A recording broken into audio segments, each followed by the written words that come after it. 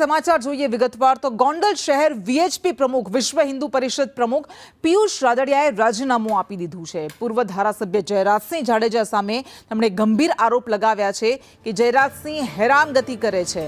अन्य હોદ્દેદારો અને કાર્યકર્તાઓને હેરાન કરતા હતા, મારી સાથે રહેનાર લોકોને પણ હેરાન કરવામાં આવતા હતા,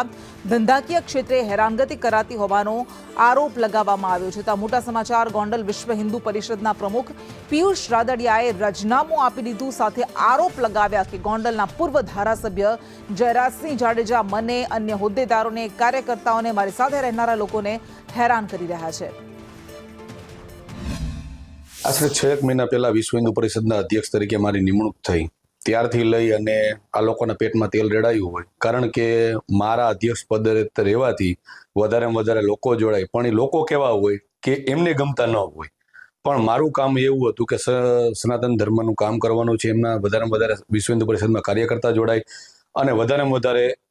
ધાર્મિક ઉત્સવોની ઉજવણી થાય, એના માટેના મારા પ્રયત્નો હતા, જેમાં દરેક વ્યક્તિ આર્થિક સહયોગ આપવા માંગતા હોય કે શારીરિક સહયોગ આપવામાં, જેમ કે સ્વયંસેવક તરીકે જોડાવા માંગતા હોય, તમામ લોકોને મારે આમંત્રણ આપવાના હોય, જાહેર આમંત્રણ આપવાનું હોય અને એ લોકો આવે તો એમનું સન્માન કરવાનું હોય, એમાં એમને ન ગમતા વ્યક્તિ હોય એવા પણ આવવાના હોય એવી એને માહિતી હોય, જેથી કરીને વ્યક્તિગત હનુમાન જયંતિની શોભાયાત્રામાં પણ મારો વિરોધ કર્યો હતો અને મારી સાથે જોડાયેલા તમામ વ્યક્તિઓને રાજકીય રીતે, ધંધાકીય રીતે, પારિવારિક રીતે, જે કોઈ રીતે શક્ય બનતું હતું એ બધાને હેરાન કરવામાં આવતા હતા। તો તમે સાંભળ્યું, ગોંડલ શહેર વિશ્વ હિન્દુ પરિષદના પ્રમુખ પિયુષ રાદડિયાએ રાજીનામું આપી દીધું। તેમણે કહ્યું કે જ્યારથી મારી નિમણૂક થઈ ત્યારથી તેમના પેટમાં તેલ રેડાયું હતું,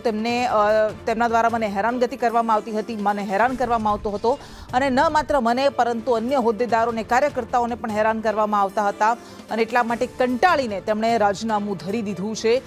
વધુ એક વખત જયરાજસિંહ જાડેજા પૂર્વ ધારાસભ્ય છે, આ પહેલા પણ અનેક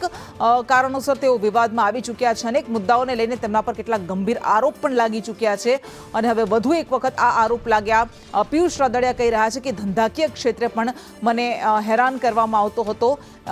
થોડા સમય પહેલા જયરાજસિંહ, અલ્પેશ ઢોલરિયા સહિત તેમના સમર્થકો સામે બેફામ વાણી વિલાસને લઈને બન્ની ગજેરા સાથે પિયુષ રાદડિયાની પણ સંડોવણી ખુલી હતી અને ધરપકડ પણ કરાઈ હતી અને હવે આ પિયુષ રાદડિયાએ રાજીનામું ધરી દીધું છે શહેર વિશ્વ હિન્દુ પરિષદ પ્રમુખ પદેથી।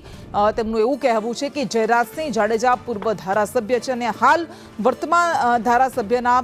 પતિ, તેમના પર તેમણે ગંભીર આરોપ લગાવતા કહ્યું કે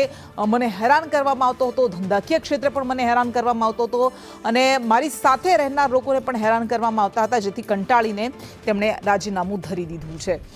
જયરાજસિંહ જાડેજા પૂર્વ ધારાસભ્ય છે, પરંતુ તેમના પર આ પહેલા પણ એ ક્યારેક હત્યાને લઈને હોય, ક્યારેક અપહરણને લઈને હોય, ક્યારેક ઢોર મારવાને લઈને હોય, તેમના પર ગંભીર આરોપ લાગી ચૂક્યા છે। રાજસ્થાનના યુવકના કેસ હજુ ચાલુ છે, એ મુદ્દે હજુ એ કેસ શમ્યો નથી, એ વિવાદ હજુ શમ્યો નથી, ત્યાં આ વધુ એક આરોપ લગાવવામાં આવ્યા છે શહેર વિશ્વ હિન્દુ પરિષદ પ્રમુખ પિયુષ રાદડિયા તરફથી। તેમણે રાજીનામું ધરી દીધું છે અને આ વખતે ફરી એક વખત આરોપ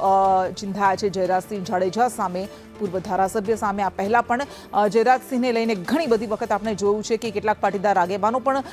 તેમની સામે મેદાને આવ્યા હતા અને કેવી રીતે ગોંડલમાં કાયદો વ્યવસ્થાની સ્થિતિ કથળી ગઈ છે અને એના માટે જવાબદાર જયરાજસિંહ જાડેજા છે તેવા આરોપ લગાવાયા હતા અને હવે વધુ એક આ પ્રકારના આરોપ।